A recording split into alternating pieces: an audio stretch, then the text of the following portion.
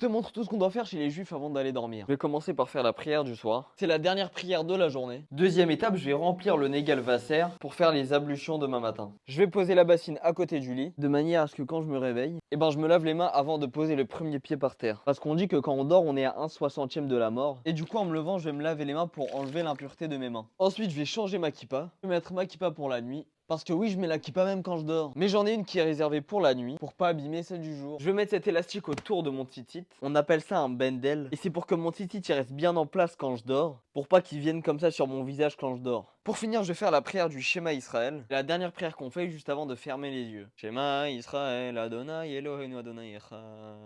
Baruch Shem Kvad Malchto Leolam Vaed. Et on va s'endormir du côté gauche, se réveiller du côté droit. Du coup, vers la fin de la nuit, je me retourne sur le côté droit pour me réveiller sur le côté droit, selon les règles du judaïsme. C'est marqué que le côté gauche, c'est le bon côté pour bien digérer. Dernière étape, je mange ou un fenouil ou une petite salade d'endive au lit juste avant de m'endormir. Ça, je le fais depuis que j'ai l'âge de 5 ans. Des fois, ça peut être des haricots verts, mais il me faut ma petite salade au lit, genre juste avant de m'endormir.